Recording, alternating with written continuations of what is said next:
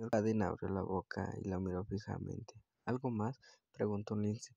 No, yo. El señor Caden volvió a tenderle una mano. Seguía viendo un cabo, un deseo de comprender. Quiero que sepas lo mucho que lo sentimos todos, dijo. Llegó tarde la primera clase, dijo ella. En ese momento me recordó a un personaje de películas del oeste que entusiasmaban a mi padre y que veíamos juntos por la televisión. Entrada la noche, siempre había un hombre que después de disparar su pistola se la llevaba a sus labios y soplaba el orificio. Lindsay se levantó y salió despacio de la oficina del director Caden.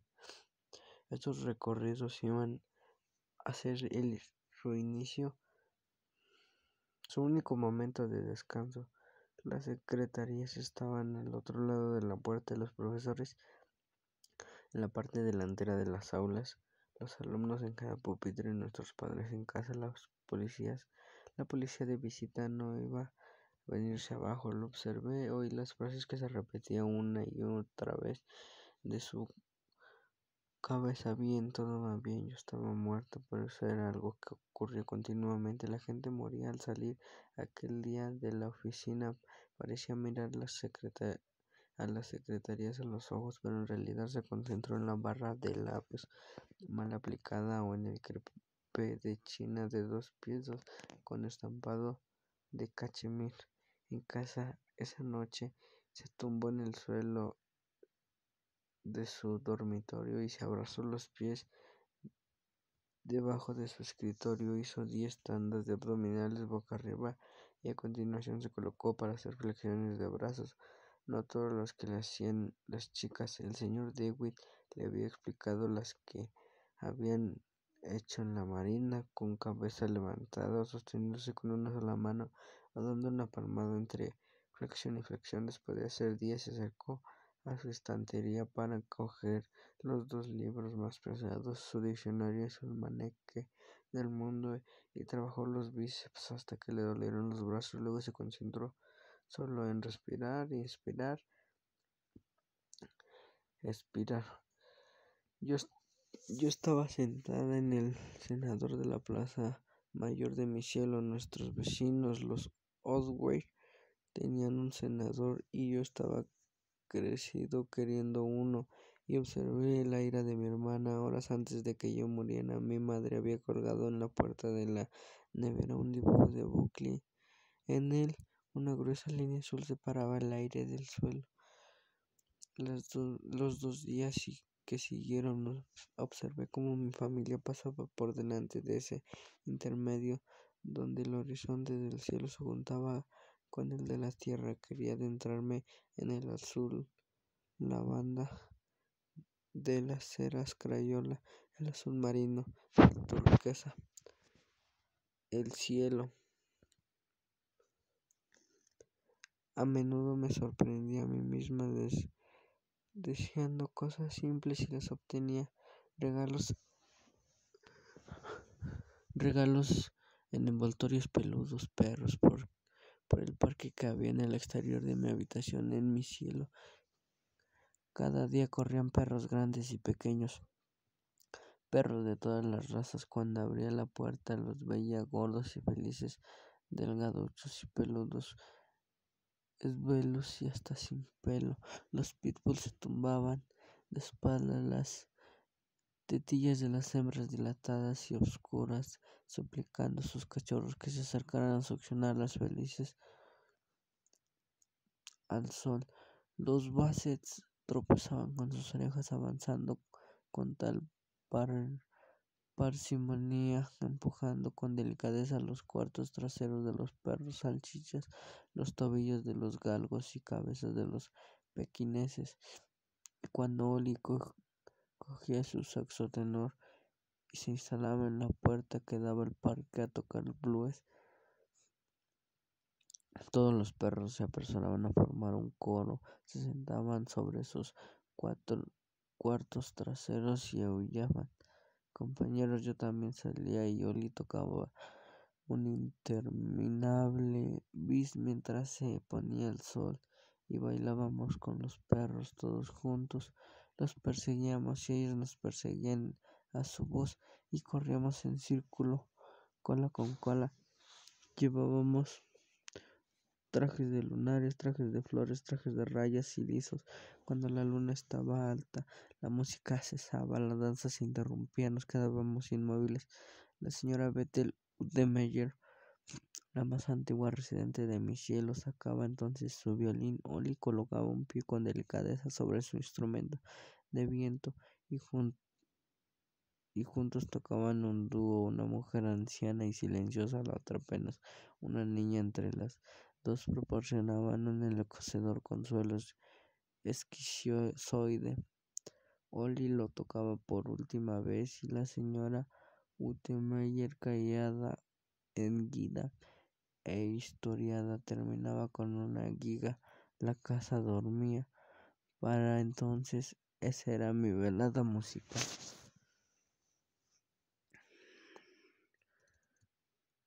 Lo extraño acerca de la Tierra era lo que veíamos cuando mirábamos hacia abajo, además de la visión inicial que podíamos imaginarnos, el efecto de verlo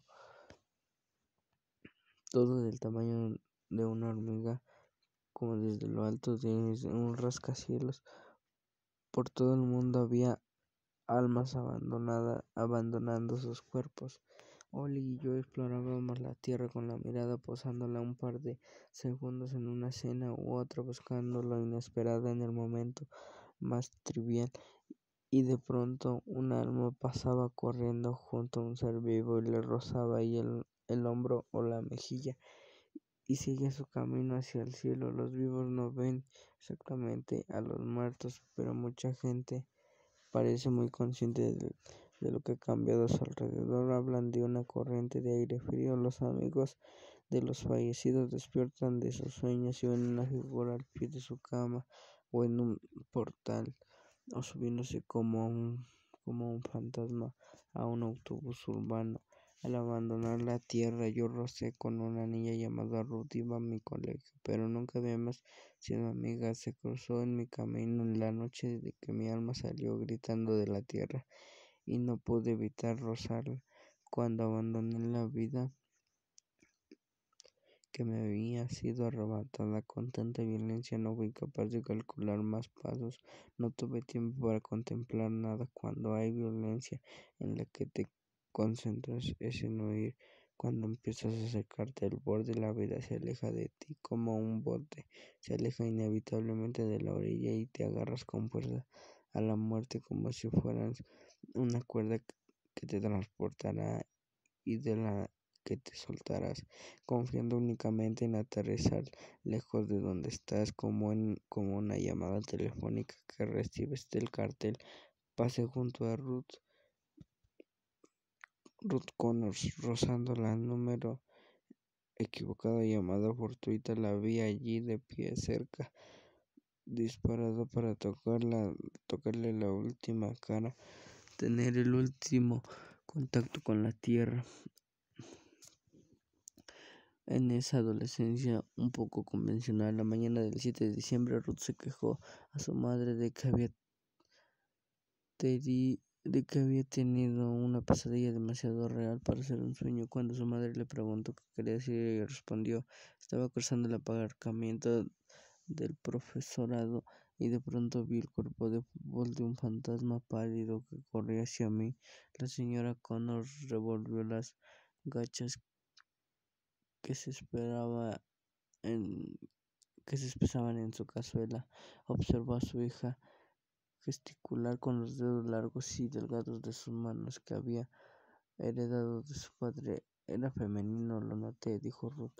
Salió del cuerpo volando, tenía los ojos hundidos y el cuerpo cubierto de un fino velo blanco, ligero como una estopilla. Logré verle la cara a través de él, los rasgos que asombran, la nariz, los ojos, la cara, el pelo. Su madre apartó las gachas del fuego y bajó la llama. Ruth dijo: te estás dejando llevar por la imaginación. Ruth comprendió que no era el momento de callar. No volvió a mencionar el sueño, que no era un sueño, ni siquiera 10 días después, cuando por los pasillos del colegio empezó a propagarse la noticia de mi muerte con narices adicionales, como ocurre con todas las buenas historias de terror. Mis compañeros se vieron en apuros para hacer el honor más terrible de lo que ya era, pero todavía faltaban detalles, el cómo y cuándo y quién se convierten en hondos recipientes que llevan con sus conjeturas adoración satánica. Medianoche Rising. Por mucho que lo intenté, no conseguí señalar con suficiente fuerza a Ruth, lo que nadie había encontrado mi pulsera de colgantes plateada. Me parecía que eso tal vez podría ayudarla. Había estado a la vista, esperando de que una mano la cogiera, una mano que la reconociera y pensara pista, pero ya no estaba en el campo de trigo. Ruth, por mucho que lo intenté, no conseguí señalar con suficiente fuerza a Ruth, lo que nadie había encontrado mi pulsera de colgantes plateada. Me parecía que eso tal vez podría ayudarla. Había estado a la vista esperando que una mano le cogiera, una mano que la reconociera y pensara pista, pero ella no estaba con él en el campo de trigo. Ruth empezó a escribir poesías y su madre o sus profesores más accesibles no querían oír hablar de la realidad más oscura que había experimentado. Revestiría esa realidad en poesía. Cuánto me habría gustado que Ruth hubiera ido a ver a mi familia y hablado con ella. Seguramente nadie aparte de mi hermana habría sabido cómo se llama siquiera. Ruth era la chica que había quedado penúltima en el deporte, la que cuando veía venir una pelota de voleibol se agachaba donde estaba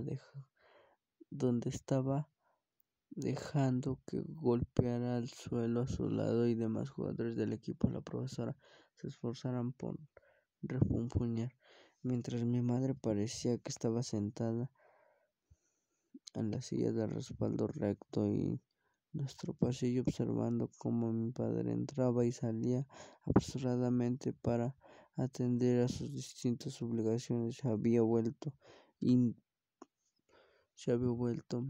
hiperconsciente